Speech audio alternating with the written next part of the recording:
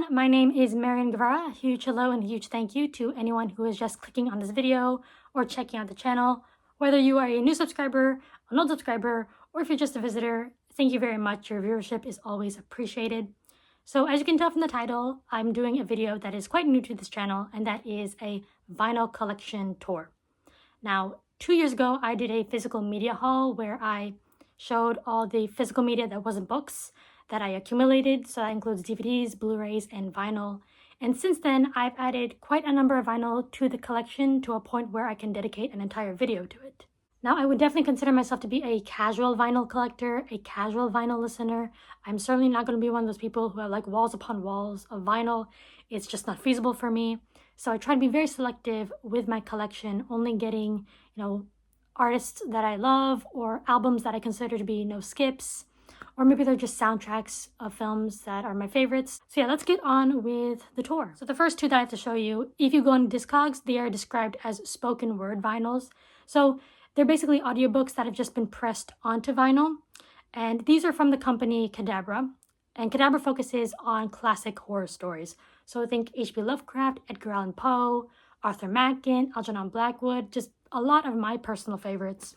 And, you can get these off of their site, although quite a number of them are out of stock. And I will have to say that they are pretty expensive. I think like each record is like on average like $50 to $60, and that is without shipping. So I had to get the two that I own here from eBay. Now the first one that I have is this. This is 3 short stories by H.P. Lovecraft. So on one side you have Dagon and the Cats of Althar, and then on the other side you have the music of Eric Zahn. So here's the cover. We got Dagon here, and then here's the back. And this is art done by Karmazid, and this is a gatefold. So it just has information about the 3 stories, and it does come with an insert. So you also have more information about the recording process, and then you have information on H.P. Lovecraft himself. Very, very, very cool. And this is a colored pressing. I think the majority of them are colored pressings. So mine is like this translucent gray with black wisps. And these Cadabra records do come numbered. So this one is number 33.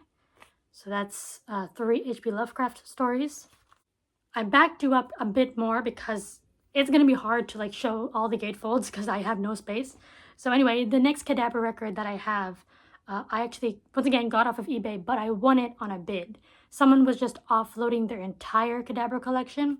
I missed out on The Outsider, unfortunately. That's one of my favorite H.P. Lovecraft short stories. However, I did manage to win this, and that is The Great God Pan by Arthur Machen. This is, I would say, my favorite Arthur Machen short story. I mean, it's either this or The White People, but if you had to twist my arm, I would choose The Great God Pan. And then there's the back here. This is a 3 LP. So it opens like this. You have an image of Arthur Machen there. Got some more creepy art. So once again, it just has information on Arthur Machen, the short story itself, and then the recording process. This does include a poster, but I won't take it out because it is a pain to get out and in, but it's just this image here. And it is, once again, a colored pressing. It's this translucent gold with like black and brown splatter. Now we move on to the regular vinyl. So we have the artists and the bands, and I'm going to start off with my ABBA collection. Now, just letting you know, if you ever visit Stockholm and you go to the ABBA museum there, you will leave it with ABBA fever. Okay, it's inevitable. Don't fight it, just accept it. When I got back from my trip to Stockholm, I just had this urge to get ABBA vinyl records. I regret not getting any while I was at the ABBA museum, but you know what? I'm making up for it. So the first 2 I have to show you, I'm showing together because they're technically the same album. They're ABBA Greatest Hits, but it's since it came out in 1975, 76, it's their early hits. So SOS, Ring Ring, Mamma Mia. So the first one I have to show you was released in Europe, except the UK, and then some parts of South America. And just take a look at this. Look at that. This is probably the sickest ABBA album cover ever in existence. I mean, you just don't associate this art style with the band. This was done by Hans Arnold, and I believe this is called the Glam Monsters cover. So you have all the members of ABBA. You got Benny and Efried. Then on the back, you got Agneta and Bjorn here. So cool. Love this art style. It's like ABBA meets Fantastic Planet, or ABBA meets Dr. Seuss on acid. It's so, so cool. And then, oh, on the gatefold, you have the Autumn Couples photo shoot. And this is my favorite photo shoot of the band, I would have to say. And then you have this version that came out in the UK and North America. They replaced the Glam Monsters cover with the Autumn Couples photo shoot because I guess the Glam Monsters were just too out there for some people. So you got, once again, Benny and Efried, and then you have Agneta and Bjorn. Once again, I love this photo shoot a lot. And then on the gatefold, you just have another image of the band. Now, when it comes to the songs on here, they're basically the same, except that Hasta Mañana in this version is replaced with Fernando on this one. So aside from the switch of one song, they're basically the same. So yeah, those are my two compilation ABBA albums. Next, we move on to their proper studio albums. So the first one that I have here is Waterloo from 1974. This is their second album. So got this off of eBay. This rip here in the corner is hurting my soul a bit, but you know, we just gotta live with it. So obviously Waterloo is the song that won them Eurovision back in 1974. You also have Honey Honey, Ring Ring on here. However, I would say there's a lot of underrated gems on this album. I mean, My Mama Said, which is ABBA doing funk. The bass by Rutger Gunnarsson is just fantastic. I love Gonna Sing You My Love Song, so beautiful. And then Dance While the Music Still Goes On as well. I know that Mamma Mia and Dancing Queen are, you know, the popular songs, but I feel like more people should try out, you know, their early work as well. From 1977, we have ABBA the Album. So once again, I just love this cover art. I mean, typically when it comes to ABBA album covers, it's photos of the band, which I love, don't get me wrong, but I do love it when they have these artistic interpretations. You get Bjorn, Agneta, Benny, and Efried there. And then here's the back. So I believe the most popular song on here is Take a Chance on Me. However, my favorite is Move On. I listen to it and I don't know whether to feel happy or sad. Eagle is also great. I'm a Marionette is fantastic. You don't typically associate that type of sound with ABBA. So this is definitely an album that shows off the versatility of the group. So yeah, if you haven't listened to ABBA the Album, you definitely should. And lastly, for my ABBA collection from 1979, we have Voulez-Vous. Okay, Voulez-Vous, the ultimate disco hit. I mean, it plays and you have to dance. Those are the rules. Angel Eyes is also pretty popular. I know on the TikTok, at least the sped up version. And then Chiquitita is, I think, the most popular one on this album. But yeah, Voulez-Vous, it plays and I must dance. What can I say? Moving on to the B's, we have one David Bowie here, and that is Young Americans. Probably one of, if not my favorite David Bowie album. It's him doing funk. Okay, that just appeals to me so much. The most popular song on here is most likely Fame, with backup vocals, but you know, John Lennon, Luther Vandross. However, my personal favorite song on here is Fascination. Fascination, I love. Win, highly underrated, but this entire album, like I said, this is a no-skip album for me. So yeah, if you haven't listened to Young Americans, definitely do so, especially if you're like me and you're kind of partial to funk. Next, we have some Gorillaz albums. So the first one I have here is Demon Days. This one proved to be so elusive for the longest time. I would find every other single Gorillaz album out in the wild except for Demon Days. And it's only recently that I was able to get this physically. Like, I went to my Books A Million and I saw they had one copy of Demon Days and I snatched it up because there's no way I'm gonna miss out on it. Now I don't have to pay exorbitant prices on the secondhand market for it. So yeah, this is the peak mid-2000s album. Arguably their best album, at least their most iconic. And obviously we have Feel Good Inc., Dare, Dirty Harry. But aside from those, I would say my favorites are Every Planet We Reach Is Dead. and El Mañana. But like I said, like this album in general, it's a no skip album for me. So yeah, there's Demon Days. So the next Gorillaz album that I have is The Now Now. This one came out when I was in college, so I listened to this one quite a lot. I have heard like from the internet that people give this album guff. I don't know why. I really enjoy it. I really love the songs on here. Sukai is one of my favorite Gorillaz songs. And then Fireflies is beautiful. Kansas as well. Just, it's not one of their more experimental albums, I would say. People have also described it as being a lot more chill with the vibes. But I don't care. I love it. I love this album. Unfortunately, my copy does skip on Lake Zurich and Humility, which sucks. So I've been debating like whether or not to get a replacement, but then like what would I do with this one? Because I don't want to give it to anyone because it skips. So we'll just have to see what I do with that. And then the next Gorillaz album that I do have is their latest project, and that is Cracker Island. This one I've heard also people complain about as well. I think it might have to do with the fact that it leaned more into pop. At least that's what I've heard other people say. But good song is a good song. My favorite one here, probably Tarantula. I listened to that one the most. But Cracker Island, Silent Running, and New Gold are also fantastic. So yeah, those are my Gorillaz albums. I am trying to get Plastic Beach, don't worry. And I'll probably get their debut as well. So it'll just take some time. Next we have In the Court of the Crimson King by King Crimson. I was watching someone's vinyl collection video and this came up, and you know, the cover immediately drew my attention. And even the title itself, In the Court of the Crimson King, it just sounded really cool, honestly. In fact, it reminded me a bit of The King in Yellow. So that was enough for me to kind of just pause the video and then open up a different tab to listen to the album. I also heard that this is progressive rock or prog rock. Not only is it prog rock, but this is said to be by many the album that kickstarted the genre. So when I heard it was prog rock, I had certain expectations as well. I expected to find the music, impenetrable, or at least music that I would appreciate more than actually, enjoy listening to. But when I sat down and listened to this album, I ended up really loving it.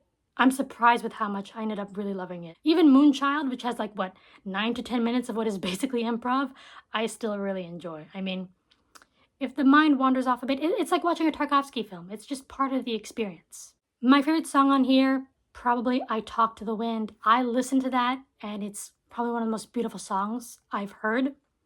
So I Talk to the Wind, and then after that one, Epitaph is then my favorite. So I managed to get this original 1969 pressing off of eBay for a really good price. It's in really great condition. There's a split in the back and on the spine. There's like spots here, just 2 spots. But overall, this is in phenomenal condition. So the cover is done by Barry Godber.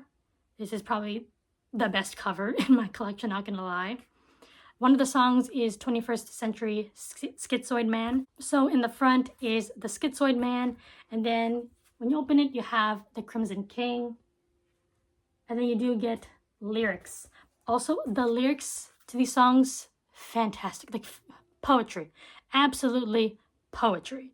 Not only is the music amazing, but the lyric work as well. I can't say that I'm a prog rock fan, but I am definitely a fan of In the Court of the Crimson King. I know that there's a follow-up album by King Crimson called In the Wake of Poseidon, but if you have any albums you would like to recommend to someone who really loves In the Court of the Crimson King, the comments are there.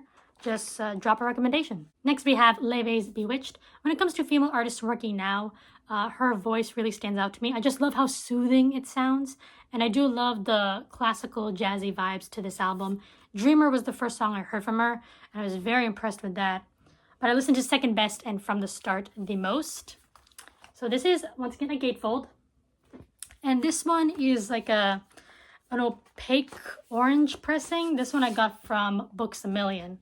So here's what it looks like this tangerine color. So yeah. Next we have Steely Dan. We got The Royal Scam from 1976. I picked this one up, once again, after watching another vinyl collection video. They had this same album, and they described it as having a lot of funk in it, And once again, I am partial to funk, so I decided to open up a new tab, listen to the full album, and then realize that I have listened to these songs before. I have heard Don't Take Me Alive and Haitian Divorce before. I just did not know it was Steely Dan who was the artist. However, my favorite song on here has to be The Caves of Altamira. Listen to that one a lot, like excessively. We have a lot of songs about, heartbreaks, bitter breakups. We don't have enough songs about cave paintings. I also found out that my dad listens to Steely Dan too. He has like a CD, like a compilation CD of their songs. So that was really cool. But yeah, The Royal Scam, 1976. This next one isn't mine. It's actually my parents'. That is Tears for Fears, Songs for a Nervous Planet. So this is a gatefold as well. And this one is described as a sea glass clear vinyl. So that's the pressing. Lastly, for the artist, we have Amy Winehouse. This might be cliche to say, but yes, she had a very unique voice, and it's a shame I only got into her music after she had passed away.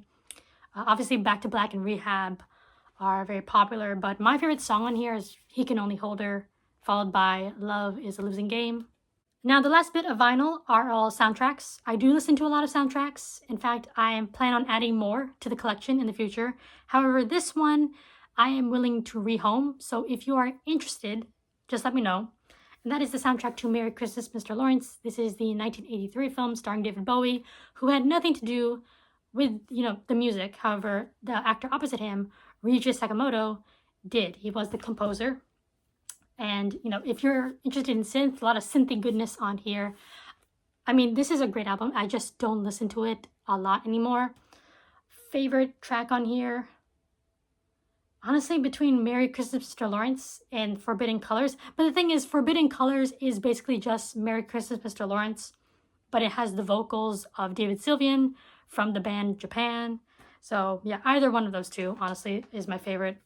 Just beautiful song. But yeah. This is the Barnes & Noble exclusive. It's like a translucent orange pressing. So yeah, this is what it looks like. This next one, I was surprised to have found this at my local Barnes & Noble, and that is the Tarzan soundtrack. Tarzan is one of my favorite Disney films of all time. It's my second favorite after Little Mermaid. And yeah, I just love the soundtrack to this one. Very iconic soundtrack, actually. I know You'll Be in My Heart won an award, and I do love You'll Be in My Heart. But I think my favorite song on here is Son of Man. It's such a great hype song, and the last seconds of Son of Man is accompanied by such amazing animation.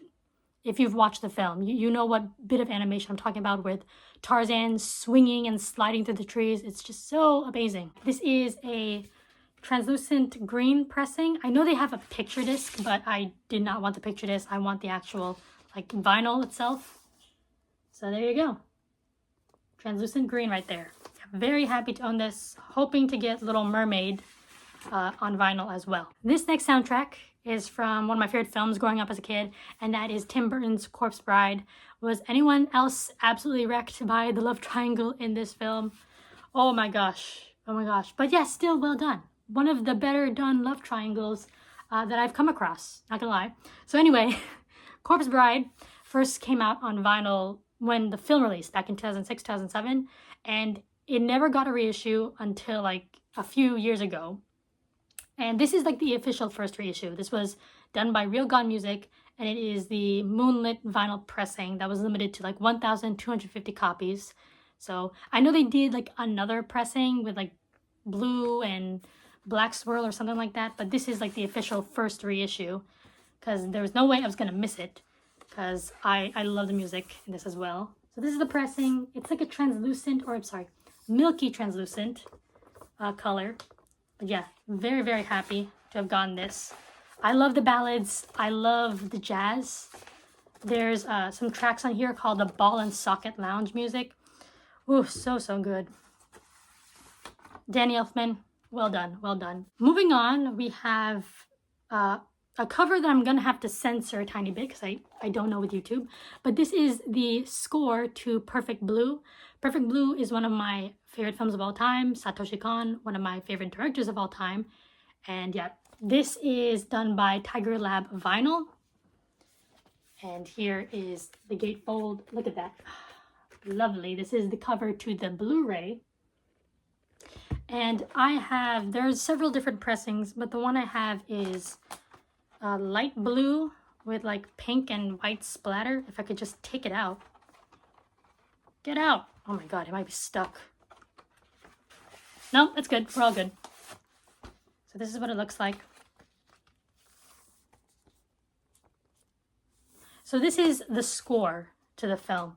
So this one unfortunately doesn't have any of the songs sung by Cham. Cham is the name of the idol group in the film, and they do have songs in the film. I would have loved to have Alone But At Ease playing on vinyl, but you know, we just have the score here, and it's just very haunting stuff. Not something that you want to listen to by yourself in the middle of the night, that's for sure.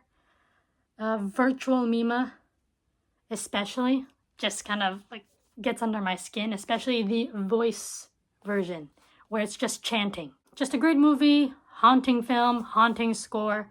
So if you haven't either watched Perfect Blue or listened to it, I highly recommend. We are at the second to last vinyl here, and this is one of my favorite soundtracks of all time. If I had to choose 5 vinyl to keep, this is definitely going to be one of them, and that is the Silent Hill 2 soundtrack. Akira Yamaoka, thank you very much. Thank you so much. So this was done by Mondo. I missed out on the silver pressing that they had originally. However, when the Silent Hill 2 remake came out, they did another repressing. So this is the red and black swirl. So it's 2 LPs. So one of them is red and black. And then you have the other one, and I don't know how to describe this color. It's I don't know, translucent beige with brown splatter, something like that. But yeah, both of them sound great. Okay, which is the important part. And yes, this is a no skip album. This has 3 tracks, and I skipped nothing. I just played from beginning to end. So even the tracks that are scary, you know, it sounds like you're being chased by an enemy, you're facing off with an enemy, it doesn't really matter because it's just amazing. So when it comes to the iconic tracks, we got Theme of Laura, Promise. However, you have some really good ones like Alone in the Town, Angels Thanatos, Love Song, The Reverse Will, Tear Through the Depths of the Fog. So many good ones, honestly. So we got James entering the fog-ridden streets of Silent Hill. On the back here, we got a Bubblehead Nurse. And then in the gatefold, we got Pyramid Head. I can listen to this album, listen to the soundtrack anytime, any day. You know, I don't need to be in a certain mood. That's how much I just love listening to this. This is unfortunately out of stock. You have to get this on the secondhand market now. So yeah, if you haven't, heard of Silent Hill, or at least you haven't listened to the soundtrack, I do recommend at least trying it out, seeing if you like it. But yeah, it means a lot to me, and yeah, so happy to have it on vinyl. We have made it to the final vinyl record in my collection, and that is the Crimson Peak soundtrack. This was actually my first ever vinyl, so very ironic that we're ending this with my first ever vinyl. This was done by Waxwork Records. And, this is why I really like Waxwork. They really go all out with not only the record itself, but the presentation. So this one is the regular pressing. I know the subscribers got a different version, but I do like this one better, in my opinion. It's translucent teal with pink and reddish splatter. But yeah, sound quality is fantastic. And then just look at this. They commissioned, brand new art. This is all watercolor, by the way. So look at that. And then on the back, you have all the tracks here, some more art. And then look at this gatefold art. Just stunning. I'm just really happy that this film has gotten some physical media love, not only with the Arrow video release, but then, you have the Waxwork record vinyl release as well. This is my second favorite Del Toro film. I actually prefer this over The Shape of Water, but yeah, it's just a film that felt written for me. Just a gothic romance, and then I love the aesthetic. Just fantastic. So yeah, so happy to have owned this. Unfortunately, it's now out of stock. You're gonna have to get it off the secondhand market, but glad I was able to snag a copy for myself. So that was my vinyl collection tour. I hope you guys enjoyed. I know that most of you follow me for my book-related content, but you know, sometimes I gotta shake it up a bit. So yeah, I hope you guys, once again, enjoyed. Let me know if you also collect vinyl. You know, is there a certain artist, album, soundtrack that, you know, you love, is very special to you? And if so, please let me know down in the comments. Thank you all for watching, and I will see you in the next video. Bye!